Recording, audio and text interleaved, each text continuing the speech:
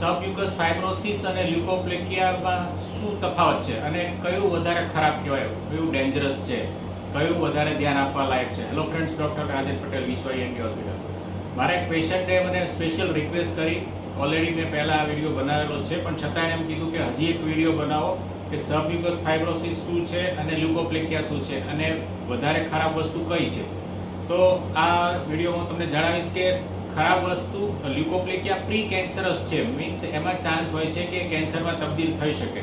અને ડિફરન્સ એ છે કે લ્યુકોપ્લેકિયા સ્કેટેડ હોય, એટલે અલગ અલગ એરિયામાં હોય, આખા મોઢામાં ના હોય.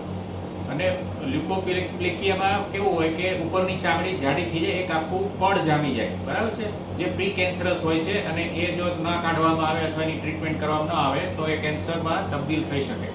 અને સબમ્યુકસ ફાઇબ્રોસિસ એવું છે કે જે તમારી નોર્મલ ચામડી છે ગુલાબી કલરની, એ સફેદ થઈ જાય કન્ટિન્યુઅસ ઇરિટેશન અને ડેમેજને લીધે. જે તમે વ્યસન કરો છો, પાન, બીડી, સિગરેટ, તંબાકુ અને સાદી સુપારી પણ, સાદા ગુટકા પણ, ભલે તમે એમ કહો કે હું તમાકુવાળું ગુટકું નથી ખાતો, પણ સાદા ગુટકાથી પણ થાય.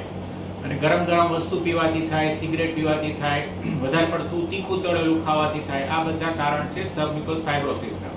અને લ્યુકોપ્લેકિયા પણ આ બધા રીઝનથી થાય છે. અને સબમ્યુકસ ફાઇબ્રોસિસમાં કેવું થાય કે ધીમે ધીમે તમારું મોઢું ખુલતું ઓછું થઈ જાય. પહેલા તમારે 3 થી 4 આંગળ ખુલતું હોય તો ધીમે ધીમે 2 આંગળ થાય, 1 આંગળ થાય. એક ટાઈમ એવો આવે કે તમે વ્યસન ના છોડો તો કમ્પ્લીટલી બંધ થઈ જાય મોઢું, તમે સ્ટ્રોથી ખાવું પીવું પડે તમારે.